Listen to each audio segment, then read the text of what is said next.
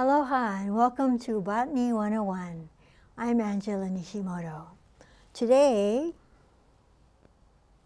we're going to get into the fungi, okay? The outline of topics just say that we're going to do a survey of the true fungi, right? And the fungi themselves. There are about 100,000 known species.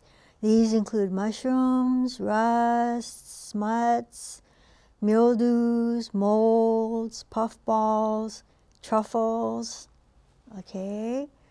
And there are more than 1,000 new species described every year, all right? And perhaps maybe 1.5 million not yet described.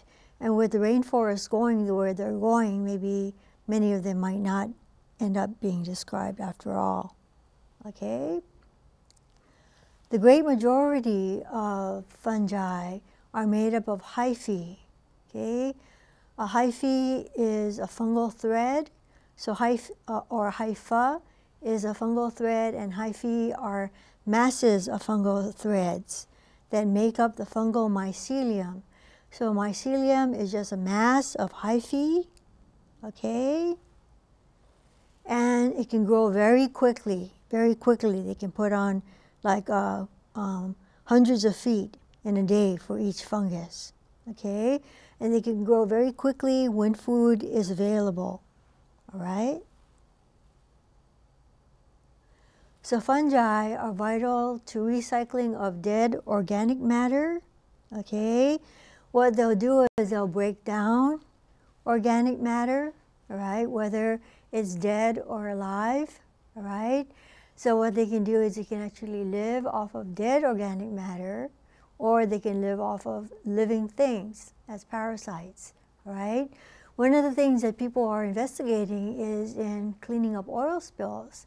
And there are actually fungi that can actually degrade oil and turn it into carbon dioxide. That's the waste product that comes from it, okay? There's actually an oyster mushroom that can tolerate salt water, for one thing. For another thing, what it can do is it can actually degrade soils that have been polluted with diesel fuels, all right?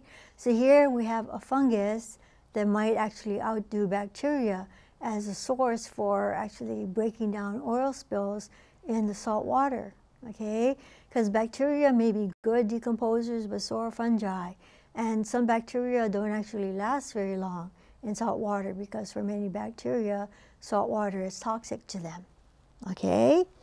Anyway, so we'll continue, okay? So they're vital to the recycling of dead and living organic matter, okay? They can also cause huge losses through some food spoilage and disease. Look at this animation, isn't this great? You see, looks like a muffin or something being consumed by fungi, okay? So through losses of bread, and through losses of fruits, and through losses of all kinds of food matter, fungi actually, by just their living, you know, breaking down organic matter, they cause massive losses through food spoilage, okay? Now, mycologists are the people who study fungi. Remember that from earlier in the semester, okay? So the word mycologist, myco, means fungus. It comes from mykotos, which means a fungus, and it's a Greek word, okay? And people who eat mushrooms are called mycophagists, all right?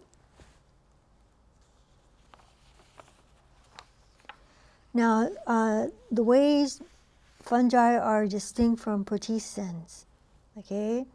Before, fungi, slime molds, and bacteria were all relegated in one division or phylum of the kingdom Plantae. Okay, so this was in the past, okay? So all these very diverse organisms, fungi, slime molds, bacteria, okay, were relegated to one division, okay?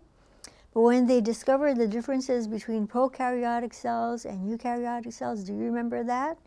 Prokaryotic cells do not have a true nucleus. they do not have membrane-bound organelles, whereas eukaryotic cells do have true nuclei and do have membrane-bound organelles. Okay, so when these differences between prokaryotic and eukaryotic cells became known, the bacteria were relegated to the kingdom Monera. Okay, so here's some pictures. Here's some fungi. This looks like a rhizopus. Okay, here's some more bread mold, and this looks like a slime mold. Okay.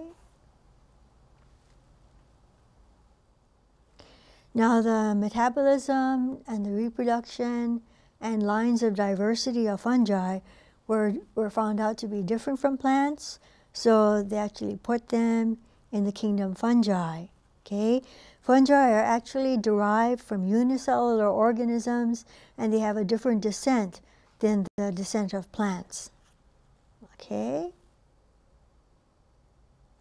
So true fungi are filamentous or unicellular heterotrophs. Do you remember what heterotrophs are? Think about it. Hetero means other, and troph means to feed. So these organisms need to get their sustenance from consuming other organisms or remains of other organisms. Okay? So what they do is they'll actually excrete a digestive enzyme, and most of them will absorb food in solution, in this solution that is created through what their exudate and the food itself, through their cell walls. Okay? So some are saprobes. That means that they live on dead organic matter, okay, leaves and, you know, the remains of animals, etc. Okay? And some are parasites. That means that they live on live hosts. Now some have a mutualistic relationship with plants. Remember these? Symbioses, okay, are living together, okay. So these are the mycorrhizae. Remember we talked about this when we were talking about roots of angiosperms, right? So they live with plant roots. So myco means fungus and rhizae refers to roots. So they're fungi that live in symbiosis with the roots of plants, okay? The plants give the fungi a place to live and the mycorrhizae supplies the plant with food and water, more food and water, okay? Now the fungi are in 5 phyla. Okay, we're going to cover 4 of them during our tour of the fungi. Okay, they're mostly filamentous, except for some chytrids, and we're not going to cover chytrids, but except for some chytrids and all yeasts, they're mostly filamentous. Okay, most of them lack motile cells. Okay, that means their sperm are not flagellated. Okay, as well as other parts of them. All right. So filamentous fungi grow at the hyphal tip, or at the tip of the hypha, okay? So a mushroom, look at this great illustration of a mushroom. Mushroom actually is a fruiting body, okay? And most of the fungus is actually underground or in some kind of medium, right? So the mushroom actually grows from hyphae that are interwoven or packed together like this. This is like a little section of this mushroom here. Okay, so even mushrooms are formed from hyphae. Okay.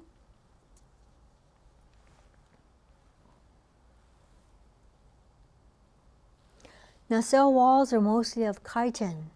Okay, chitin is a material that's also found in the shells of arthropods, which include the insects, and they include crabs and lobsters and spiders and centipedes and millipedes, all those jointed-legged organisms that actually make up the majority of living things as a group on the planet. Okay? So they exhibit, these fungi exhibit a variety of sexual reproduction.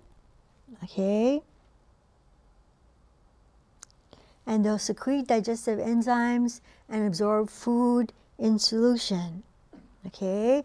And in the fungi, there's a great variety of form and shape and means of reproduction. And they're very hard to classify actually in that way, you know. But people have made an attempt, and broad categories are actually defined by, let's see, by their vegetative and their reproductive structures, okay? Now, recent DNA studies show that fungi are closely related to animals than to plants, okay? But it is conventional to include fungi in botany textbooks, okay? So you get to study them, yes? So the placement of living things, okay, is changing, especially due to DNA technology and DNA sequencing of genomes of different kind of organisms, all right? So some of the ways people group organisms are no longer supported by the DNA evidence, all right? So what they're doing now is they're doing more and more of this DNA profiling, and they're finding out, and there's a lot of arguments about it. People kind of have disagreements about how something should be classified. And you'll see more of this in the future, okay? Now we're going to go into our first phylum of fungi, the phylum Zygomycota, also known as the zygomycetes. They're the cenocytic true fungi. What does cenocytic mean? Cenocytic means that they do not have cell walls, so their bodies are actually multinucleate, a lot of nuclei in there. Okay. Now, Rhizopus is the well-known black bread mold. Okay, it's the most well-known of all the zygomycetes. Okay, and their spores are common. They're everywhere. Everywhere. They're ubiquitous. Okay, they're in the air above the North Pole, if you can believe it. They're over jungles. They're inside and outside of buildings. They're in soils, they're in clothing, they're in cars, they're probably some of my skin, and I haven't really been, you know, in a dirty sort of environment all day, okay? And they're found miles out to sea, okay? So these are the best known of the zygomycetes, okay? But these aren't the only organisms that actually consume bread, right? There are many organisms that feed on bread, right? So what people used to do, or manufacturers of bread used to do, they used to put chemicals in the bread to preserve them. And in fact, if you look at the label of the bread that you buy, you might find calcium propionate, okay? And that's the reason why I don't have Rhizopus solanifer to show you today, because I was trying to grow this fungus on bread in my kitchen, you know? And then just yesterday, I took a look at the label, and it said that it had calcium propionate in it, and I've been trying to grow it for weeks, you know, so it didn't actually grow. So maybe I'll have some for you next time, okay? So the asexual reproduction of these organisms, okay? The spore lands, and it germinates. Remember, this is asexual reproduction. It produces a cenocytic hyphae. Remember, cenocytic means that they don't have cell walls, so they're multinucleate. Okay? So this cenocytic hyphae is not partitioned into individual cells. Okay? And the cenocytic hyphae contains numerous haploid nuclei. Okay?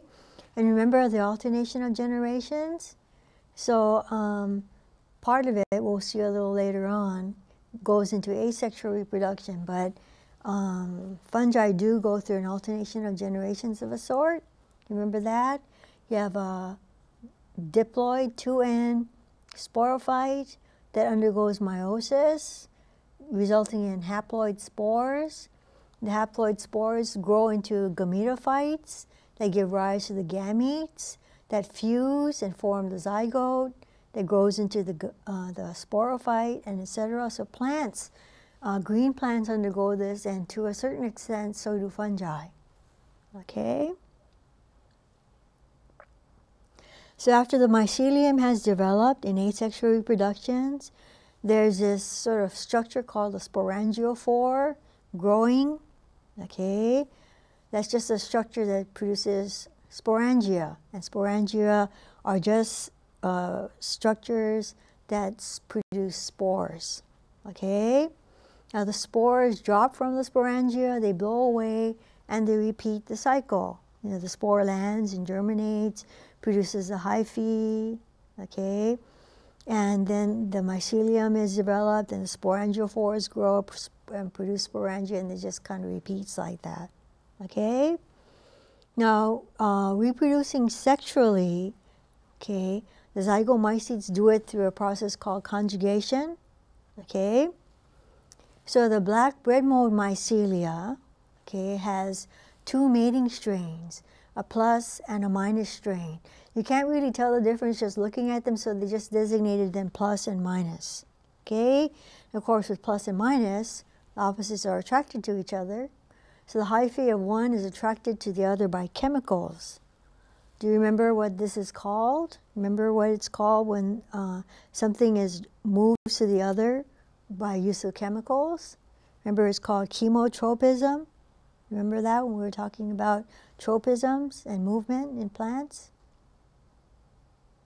Okay.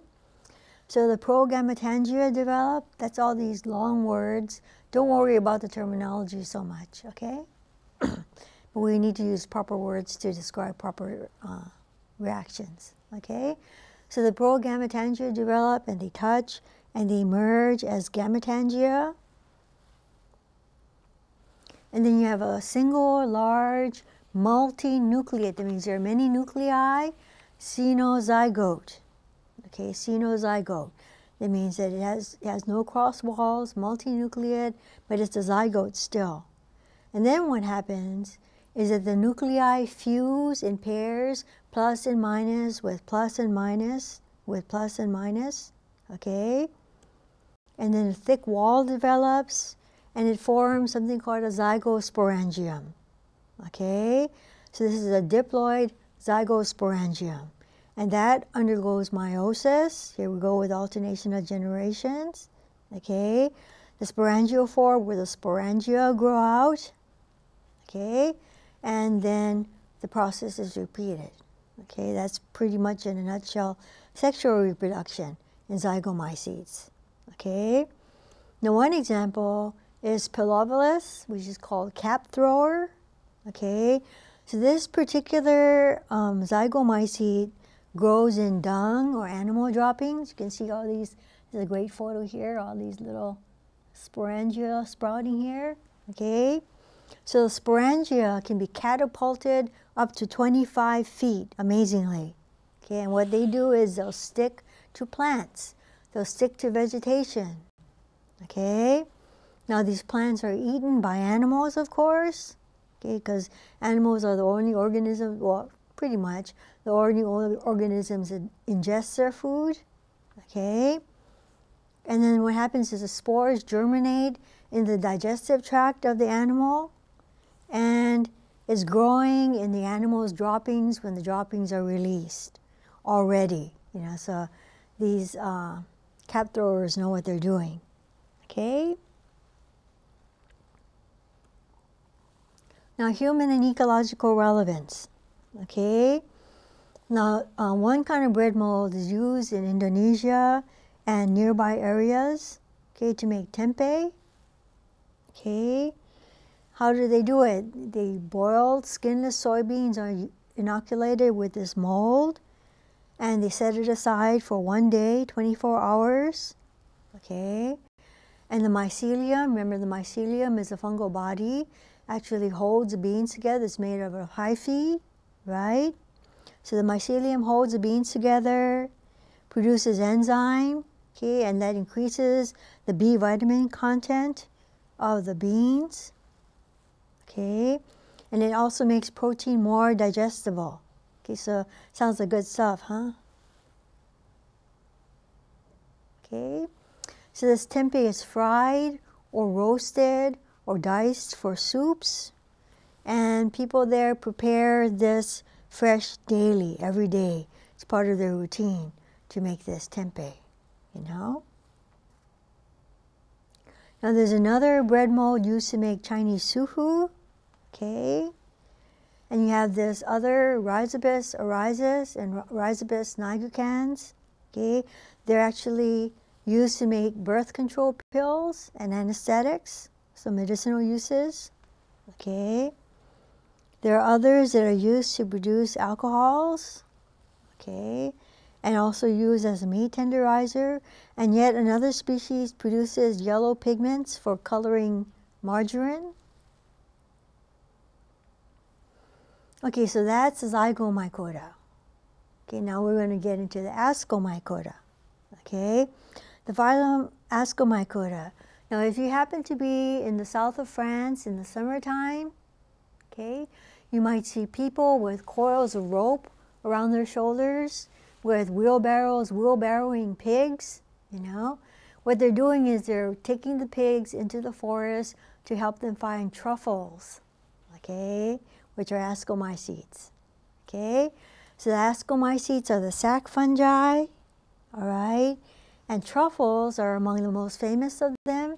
They grow about 1 to 6 inches deep in the ground, okay. They're usually found near oak trees, and it looks like a big prune. You would think that that kind of looks unappetizing, but people really love this stuff. I mean, it's really supposed to be great eating. I myself have never eaten a truffle just because I have not been able to afford it, but maybe someday, you know? You never know, okay? So this truffle actually gives off an aroma that contains pig sex pheromones, okay? So pigs can smell them if they're 3 feet deep in the soil, and they can smell them from more than 50 feet away, okay? So when the people take the animals into the forest, these pigs will strain at the ropes to try to get to the truffles, okay? Strain against the ropes around their necks, okay? So what do the people do? They dig up the truffles and give the pigs acorns or some less interesting foods, okay? Because truffles sell for hundreds of dollars per pound, okay? Not only that, is that generally if the pigs can possibly do it, they'll dig up the truffles and eat them, you know, so they use dogs more now for truffle hunting because the dogs are less likely to eat them, okay? Now truffles are the reproductive bodies of the fungi that they represent, okay? And truffles actually represent a large and varied phylum of true fungi, the ascomycetes. There are more than 30,000 species of ascomycetes, so almost a third of the known species of fungi are ascomycetes. They include yeasts, powdery mildews, brown fruit rots, ergot, and morels, and you can see them here. These nice photographs here, the yeasts, powdery mildews, brown fruit rots, and ergot on rye, and morels. Okay, morels are actually ascomycetes. They're supposed to be delicious. Okay. So the hyphae of these ascomycetes are partitioned into cylindrical cells. Okay, so these have cross walls. They're not cenocytic. Okay, so each cross wall has 1 or more pores, so the nuclei can pass through the pores. So they're like little bodies, like plugs that are near the pores, and they'll seal off the cell if the cell is damaged. Okay. Now, asexual reproduction. Okay. Ascomycetes do these generally through conidia, okay, singular conidium, all right? And the spores are produced externally outside of a sporangium. Okay, so you can see the spores out here, in these excellent drawings here, okay? So these spores are produced either singly or in chains at the conidiophores, okay, which are, I guess, these structures here. You always have to have a name for every single little thing in botany, you know? Okay. You also have budding in yeasts. Okay, this isn't a yeast, but we'll see one later. Okay, so the yeasts are single-celled fungi. What happens is the yeast buds. Okay, the nucleus divides, and you have like a little ballooning out part from a larger cell. Okay, So then one daughter nucleus will move into the bud and it pinches off as it grows to full size. Okay. Now sexual reproduction happens through asci, singular ascus. Okay, it's a tiny finger-shaped sac. Okay. So on the hyphae, antheridia, which are the male structures, and ascogonia, which are the female structures, are produced. Okay, and they are connected to each other, the antheridia and archegonia. Okay, so the male nuclei migrate from the antheridium to the ascogonium. Okay, the nuclei pair but do not unite, and the new hyphae grow from the ascogonium. Okay, so the cells each have one male and one female nucleus, each of the cells. Okay, and then special cell division begins. You have the two nuclei divide, okay, and the cross walls form 3 cells. Okay, the middle cell has 2 nuclei, and that forms an ascus. Okay, then the haploid nuclei fuse to form the diploid zygote. Okay. Now these finger-like asci develop in a layer on the surface of a structure called an ascoma. Okay, used to be called an ascocarp. Okay, the zygote undergoes meiosis that forms 4 haploid nuclei, and they divide. So what you end up with is 8 nuclei in each ascus that forms ascospores. Actually, if you look at this ascus, there's 1, 2, 3, 4, 5, 6, 7, 8 ascospores. Okay?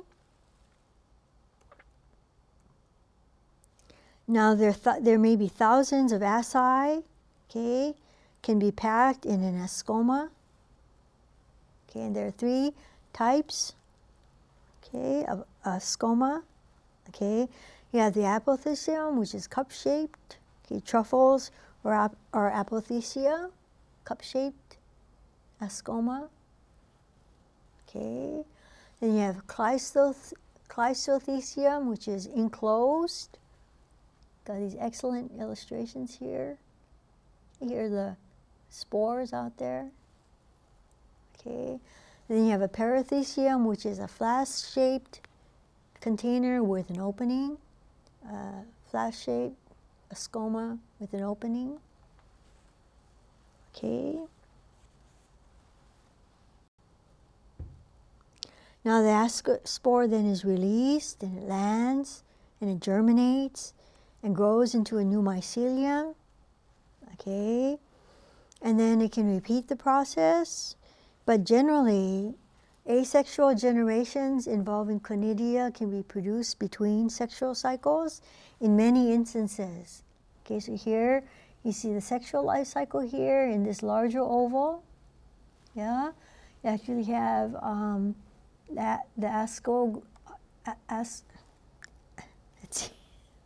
ascoma. Okay, I can keep thinking it's an ascocarp. Ascoma in the ascus. You have karyogamy producing a zygote, so the 2 nuclei fuse to produce a zygote. The zygote undergoes meiosis, which produces ascospores that grow hyphae, okay, that undergo plasmogamy. That means that the cells fuse, but the karyogamy hasn't happened yet.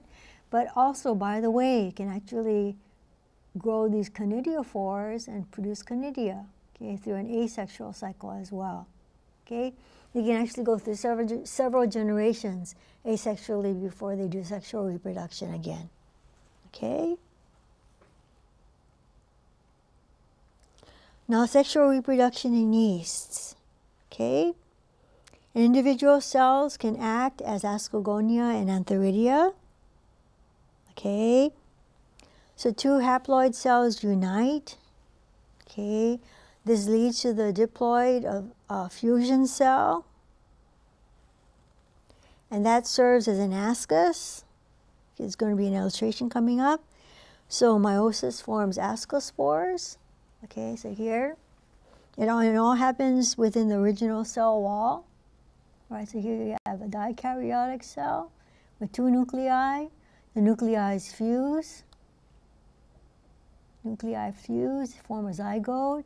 Then the zygote undergoes meiosis, producing 4 haploid spores.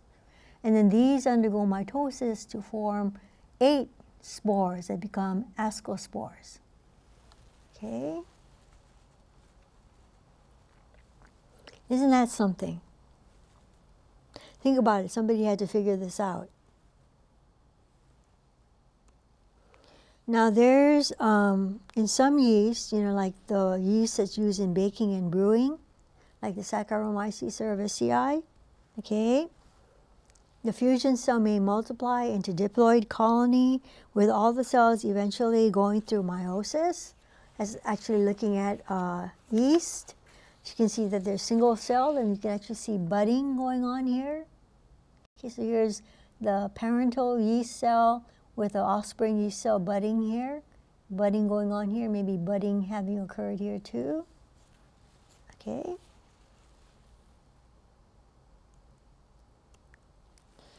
Now morels. Okay, some people call morels the world's most delicious mushroom. Okay. And we have truffles, of course, which we talked about before. So morels, here's another image of it, are now mass-produced, okay? So it has a sponge-like top on a stalk, like a tree-like stalk, okay? Now the depressions between the ridges can have thousands of asci, okay? But what can happen is caution is advised because some have become ill after eating undercooked morels, okay? Or another thing is consuming morels with alcohol. It seems sometimes that when you consume fungi with alcohol, it can actually lead to not so good things, okay? We also have the false morel or beefsteak morel, which is considered a delicacy, but it has caused death in people, okay? There's a volatile toxin called monomethylhydrazine, okay, which is poisonous to humans if the toxin is not eliminated by cooking. Okay, so that's kind of dangerous. Now there's also something called the ergot of rye. Okay, so rye is a victim, well, it's not really a victim, but ergot of rye can be a host to this particular fungus, or some other grains can be hosts to this fungus, okay? So it seldom damages crops seriously, but as it develops, okay, it can produce strong drugs. And ergotism is what happens when people are affected by ergot of rye or ergot of some other grain. And this ergotism can affect the central nervous system, okay? It can produce hysteria, convulsions, and death. Okay, it can produce hallucinations. It can produce madness. Okay, there's another form of ergotism that can produce gangrene of limbs, and that can lead to loss of limbs. There's also a problem with cattle. Okay, the cattle, if they graze on these grains, if they're in the field and they graze on these grains, they can actually abort their fetal calves, and then die themselves. So ergot of rye is not something to fool around with, which we're going to find out in the next slide. Okay? They call it St. Anthony's fire in the Middle Ages. Okay, ergot of rye. Okay? So this is a fungal infection that infects grains. Okay? So in the year 994, it killed 40,000 people. Okay? And in 1722, the cavalry of Tsar Peter the Great of Russia was overcome by ergotism just as he was about to conquer Turkey. So he never did conquer Turkey. The conquest never happened, okay, because of this ergot of rye. So it's very serious. It's also implicated in violent social upheavals, such as the French Revolution, Okay, some people think that some people were acting kind of out of whack, partly because of ergot awry. Okay, also perhaps in the Salem witchcraft trials, okay, where other people were acting out of whack too. Okay, and in 1951 there was an outbreak in a French village. Okay, there were 150 people that were hospitalized. Okay, 5 died and 30 were temporarily insane. They thought that they were being chased by demons and snakes. Okay, they just lost their minds due to this ergot awry. So fungi are pretty serious stuff. Okay, now ergot awry in small doses, in controlled doses, can have medicinal uses as well as so many poisons can. You know, you can actually initiate childbirth. Okay, so here's that ergot, the fungus growing here on this rye inflorescence here. You can initiate childbirth by contracting the uterus, okay? And it can also induce abortion in the same way by contracting the uterus, okay? People have used it to treat migraine headaches. And it was the initial source of LSD, so you can imagine all these hallucinogens in that fungus that actually cause people to hallucinate and do all kinds of crazy things, you know? Okay, now these ascomyces, or yeast anyway, have a basic role in the preparation of baked goods and alcohol, okay? Because yeast, of course, ferment carbohydrates. You remember what carbohydrates are? Okay, so what they do is they produce ethanol and CO2 by alcoholic fermentation, right, which is a kind of cellular respiration.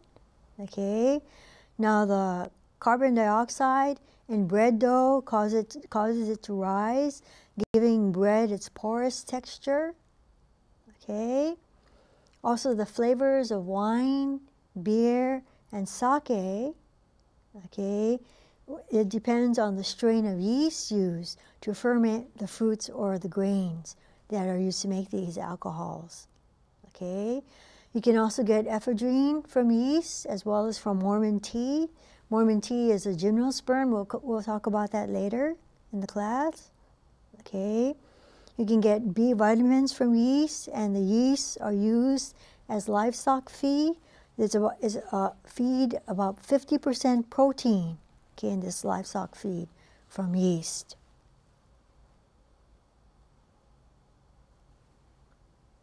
Okay, now we also have some diseases that are kind of serious. The Dutch elm disease, which has kind of decimated the North American elm population from the Midwest into the Northeast. Okay, it's caused by Ophiostoma omi or Osteosoma nova omi. Okay, so what did they do? Okay, they actually sprayed trees with DDT. And when you do that, you kill useful insects too. Of course, DDT is dangerous and has been banned. Okay, but it did actually kill the bark beetle, which was responsible for Dutch elm disease. Okay, now they're trying to do biological controls being pursued. Okay, so one way they've been doing it was to inject an elm with Verticillium alboatrum. Okay, it's actually like a vaccination. It induces the disease resistance response without causing the disease in elm, although the pathogen is actually bad for potatoes.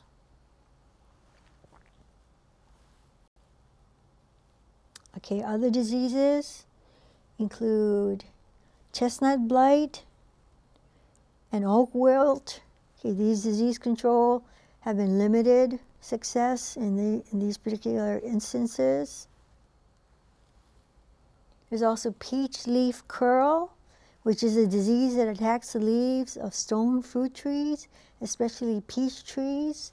So this has been better controlled with sprays of copper or zinc. These metals actually help to treat the trees that are, or maybe protect the trees against being infected. Okay, so that was the ascomycetes, and now we're coming to the phylum Basidiomycota. Okay? They're also known as the basidiomycetes or the club fungi, right? There are approximately 25,000 species in this group, okay? And they include the stinkhorns, mushrooms, and toadstools, okay? And the mushrooms and toadstools, the way you can tell them apart is generally mushrooms are edible and toadstools are poisonous. And then so here you have shelf fungi, okay, rusts, smuts, jelly fungi, and bird's nest fungi. Okay, it looks like there's little eggs here. That's how they actually reproduce themselves. Okay. So club fungi. Okay, so sex produces spores at the tips. It looks like clubs. These are called basidia. Okay, that's what they're named after. Okay. And the hyphae are divided into individual cells like the sac fungi. Okay.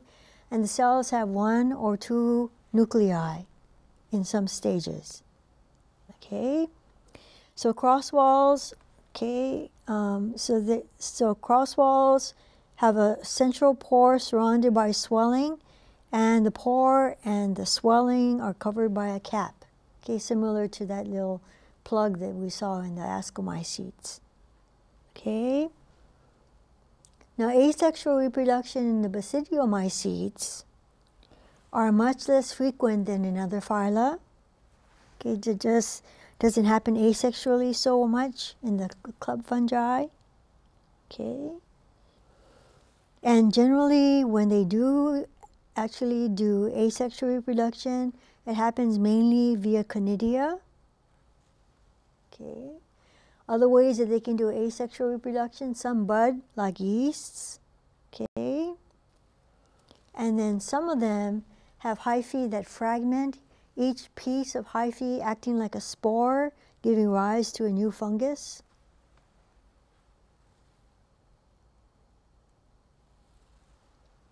Okay, now sexual reproduction.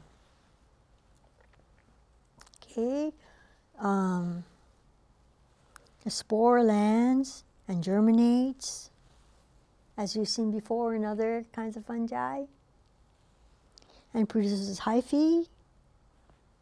Okay, and the cells have a haploid nucleus, which is monokaryotic. Okay, 1 nucleus, which is monokaryotic, 1 karyon. Okay, but there's often 4 mating types. You have type 1 and 3 that can mate together, and type 2 and 4 can mate. Okay.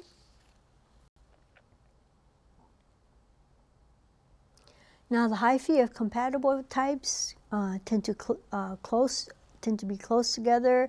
When they're close together, the cells unite. Okay.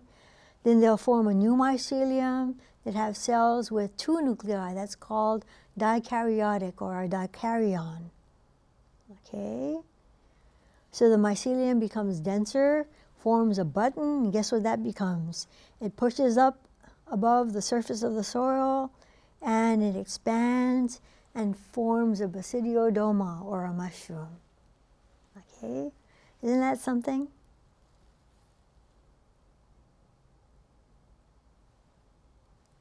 So the mushroom itself, it has an expanded cap called a pileus.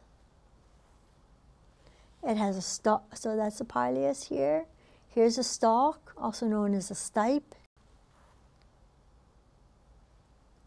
Some have an annulus, okay, which is a ring on the stalk, usually around this area here. Okay. Now, 2 poisonous mushrooms, the death angel and the destroying angel, Amanita species, have something called a vulva at a base, and it's like a cup here at the base.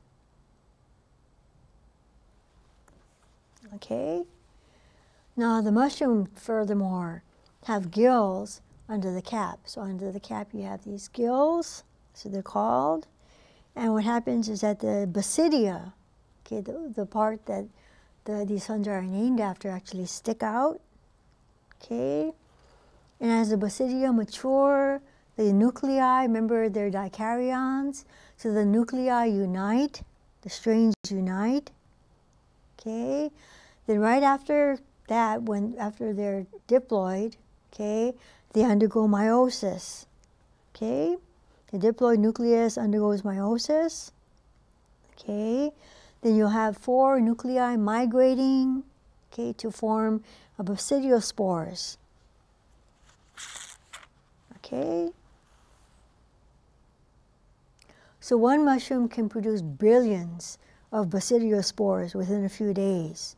Okay, they discharge, drift down.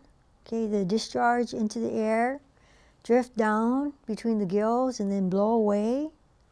All right.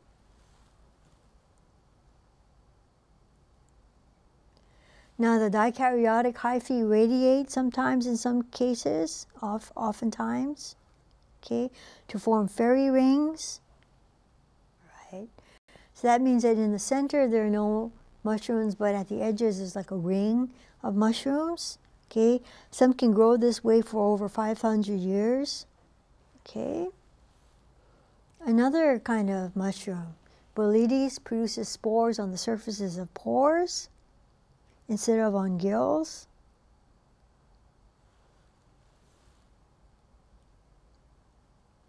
Okay, shelf or bracket fungi grow horizontally from bark or dead wood. Okay.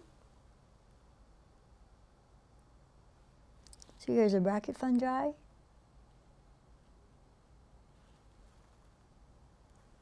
Now puffballs are edible.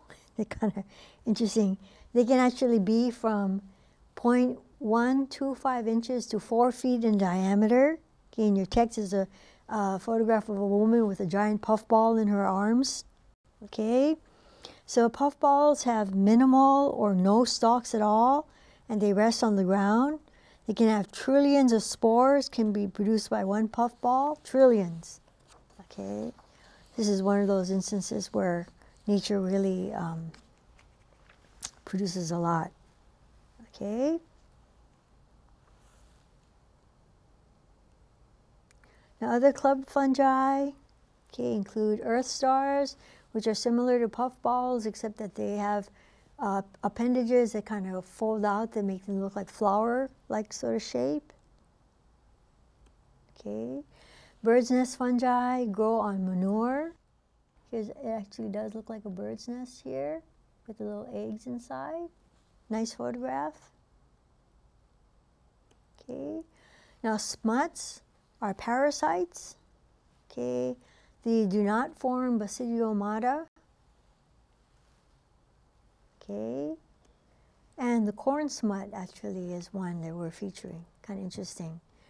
So the mycelium grows between the host cells. I think we'll have a picture of, yeah, here. So here's a corn smut in an ear of corn. Okay, the hyphae absorb nutrients from the cells, of course, of the corn. And they secrete a substance that causes them to divide and enlarge, and they actually turn this kind of blackish color that you see here. They form these tumors. Okay.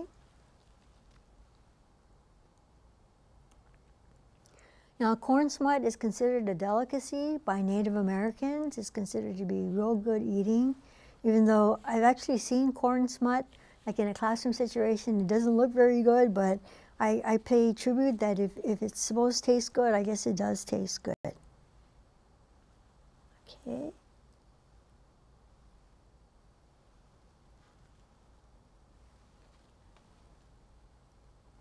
Now rusts are parasites too. They do not form basidiomata.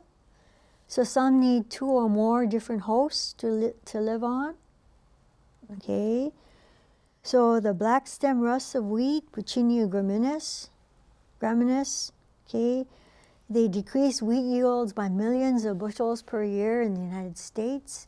There are more than 300 races of this particular kind of rust. Okay.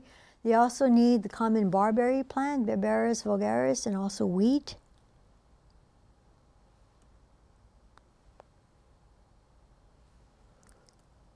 Now there's also something called the rock cress rust.